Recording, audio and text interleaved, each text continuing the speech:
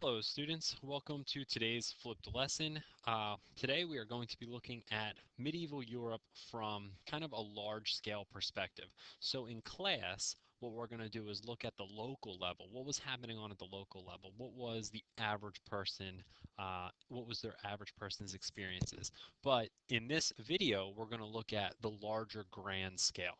And so the first grand scale area we're going to look at is the Frankish Empire, which will one day become France. And so these are things that are happening at the big scale level that the average person would probably have no knowledge of.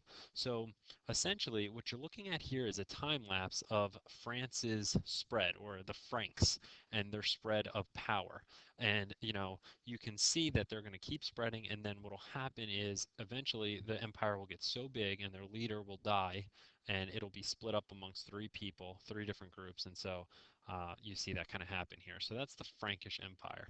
Now, the Franks settle along what is now known as France. And in 7071, one of their greatest leaders is King Charlemagne, who will also be known in some areas as Charles the Great. He will be the leader. And when he dies, you can see that when he dies, he will split his land up amongst three grandsons, and that will eventually become one area will one day become France. A long time from now, another area will become Italy, and the middle area, Germany, what will become Germany, will be known as the Holy Roman Empire for a long time. So that's kind of at a large scale what's going on, and there's a lot of lesser lords and lesser nobles in each area that owns a tract of land there. Okay, so we kind of looked at France, and now we're going to look at England, and England's got a very kind of cool story to it.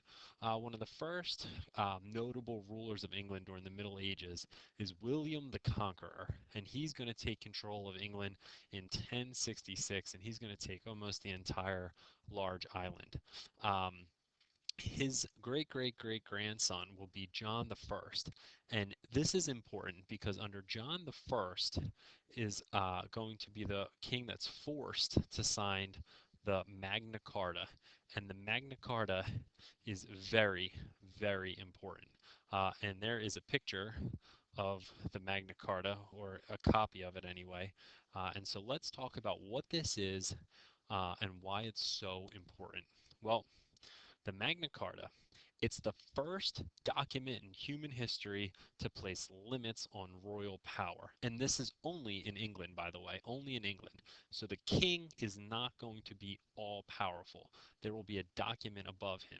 If you remember kind of the thing with some leaders, you have the king on top, and then underneath him you have laws, and then the people are subject to the laws.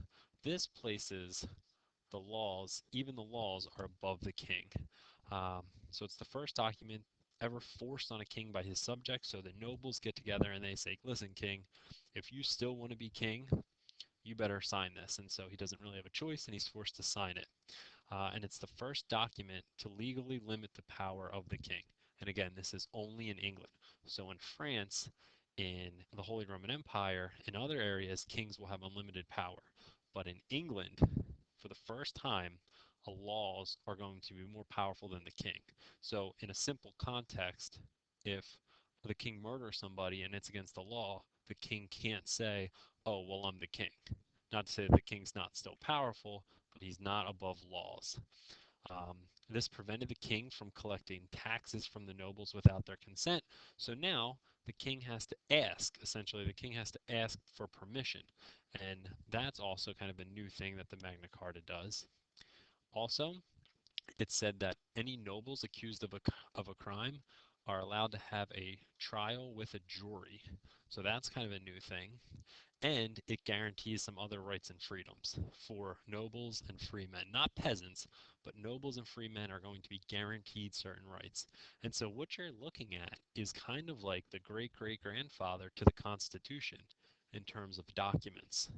All right, so we looked at France, we looked at England, and the next thing we're going to look at this area in the middle, which will one day become Germany and some other countries, but right now it's going to be known as the Holy Roman Empire. And if you look at this map, the Holy Roman Empire is split into all kinds of places. It's split into all kinds of places. And so the two things that I want you to know, One is that they are not a fully united area. There's all these little kingdoms around.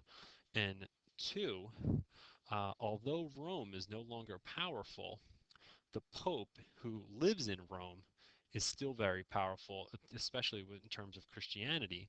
And so, a major conflict that both the kings and the religious people fight over is this question right here. Can a king appoint a pope, or can a pope appoint a king? And this problem goes back and forth. And sometimes you're going to have some really strong popes, and sometimes you're going to have some really strong kings.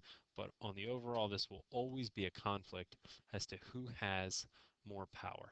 And we're going to stop right there. And so you kind of got a big overview of some of the big things that were going on in Europe during the time of the Middle Ages. Again, not the average person would experience this, but looking back on history, we can see the big things happening.